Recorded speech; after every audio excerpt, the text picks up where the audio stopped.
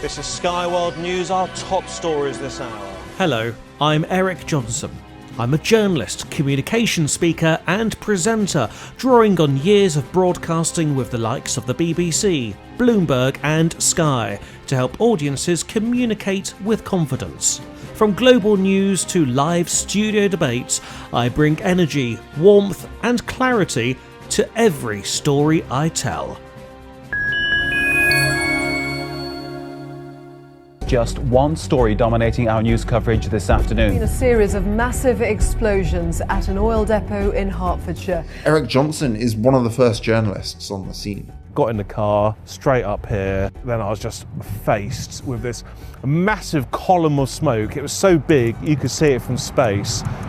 And the smell, it was really acrid. I remember blowing my nose and it was just black. You just breathed all this sooty, tarry, oily smelling. You could taste the fuel at the back of your throat. It was really quite strong. So we're outside Beaumont Manor. So this is a new estate which is currently being built. As you can see, the homes are right here, and directly in front of me you can see the tanks of the Buncefield oil terminal. And if that were to go up again, then these homes will be in the firing line, because the need for homes is that important. This is Erica Mora with a special BBC Minute.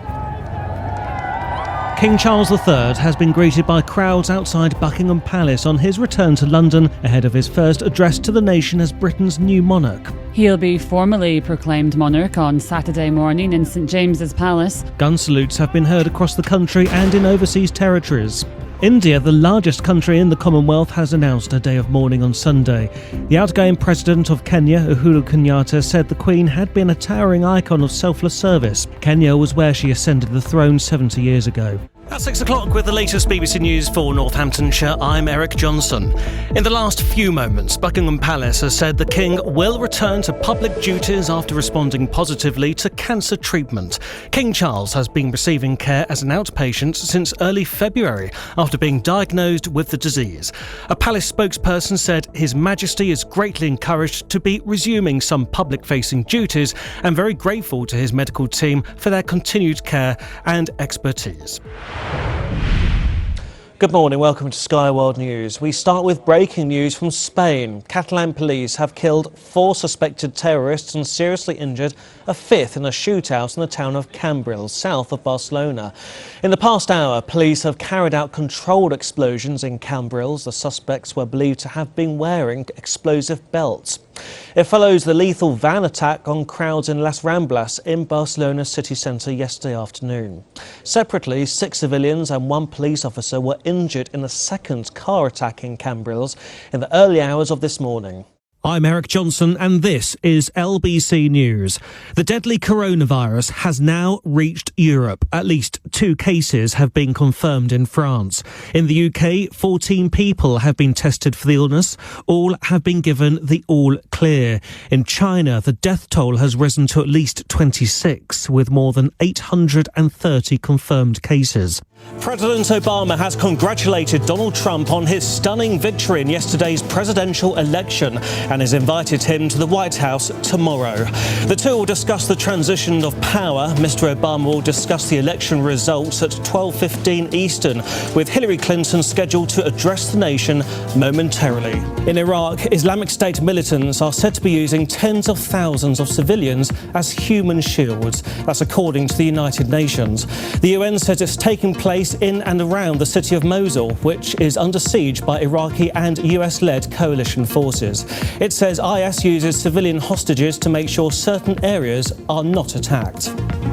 Syrian opposition monitoring groups say an airstrike on a rebel-held village in northern Syria has killed at least 23 people. The attack was in the northern province of Aleppo. Another group said 30 people were killed when Russian jets attacked the village. A very good afternoon to you. Well, earlier I was in Marble Arch and I would estimate there were around 1,500 to 2,000 people. Of course, this is a march, a protest. There will be people tagging on and the number will increase when they get to this final destination. I'm currently in Parliament Square, right in the heart of the capital, and any second now the protest will be marching up to this point. So They're all singing the same tune. We're just practicing. We're just exercising, they say. But the trouble is, that track ends in a few seconds and is fast fading out. The next song on the playlist of uncertainty might have a more defining, deafening, warlike tone. We will see. Theresa May has effectively apologised to the survivors of the Grenfell Tower fire, admitting support they received afterwards wasn't good enough. She met their representatives at Downing Street after sustained criticism of her handling of the disaster. It's been announced a minute's silence will be observed across the country at 11 o'clock on Monday morning to remember those who lost their lives in the fire. Earlier, police revealed 58 people are now reported missing and presumed to have died, but warned that number could rise further.